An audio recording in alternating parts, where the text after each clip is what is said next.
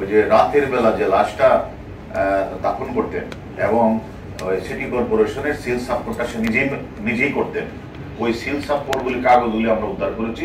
সেই কারণে আমরা নিজেরাই, যেহেতু সে মানে লাশ দাফন করার যে পুলিশের যে সিটি কর্পোরেশনের যে অনুমোদনটা সে তো নেই না, সে নিজেই তো মানে লিখে সাইন করে এই কাগজপত্র সিলগুলি আমরা তার কাছ থেকে উদ্ধার করেছি। এটা আমরা বাদীদের একটা মামলা করেছি। আর আরো 2টা বাদী তারা অলরেডি মামলা রুজু করে ফেলে, থানায় আছে।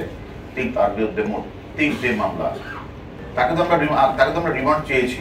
আমরা স্ত্রীকেও আমরা ডাকবো, তাকে রিমান্ডে আসার পরে তার স্ত্রীকেও ডাকবো। আর কেউ যদি তার স্ত্রীর বিরুদ্ধে স্পেসিফিক অভিযোগ থাকে, মামলা করে, সেক্ষেত্রে তাকে আমরা গ্রেপ্তার করবো। তবে তদন্তের স্বার্থে আমরা যখন রিমান্ডে আনবো তখন তার স্ত্রীকে আমরা মোকাবিলা করবো।